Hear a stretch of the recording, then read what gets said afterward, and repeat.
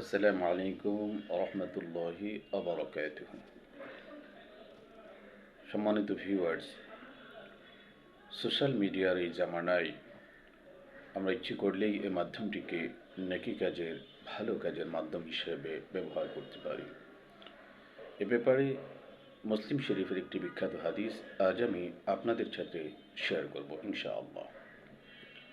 বিখ্যাত সাহাবী হযরত আবু মাসউদ উকবা ইবনে আমর রাদিয়াল্লাহু তাআলা আনহু থেকে বর্ণিত, রাসূলুল্লাহ সাল্লাল্লাহু আলাইহি ওয়াসাল্লাম ইরশাদ ফরমান, মান দাল্লা আলা খাইরিন ফালাহু আজরু মিসলু ফাইলিহি।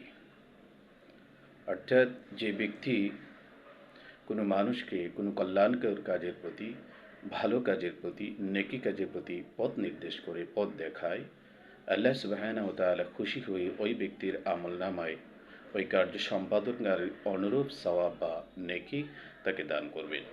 কাজেই আমরা এই মাধ্যমটিকে ভালো কাজের, কল্যাণকর কাজের, উত্তম কাজের মাধ্যম হিসাবে ব্যবহার করার চেষ্টা করি। রব তাআলা আমাদের তৌফিক দান করুন। আসসালামু আলাইকুম ওয়া রাহমাতুল্লাহি ওয়া বারাকাতুহু।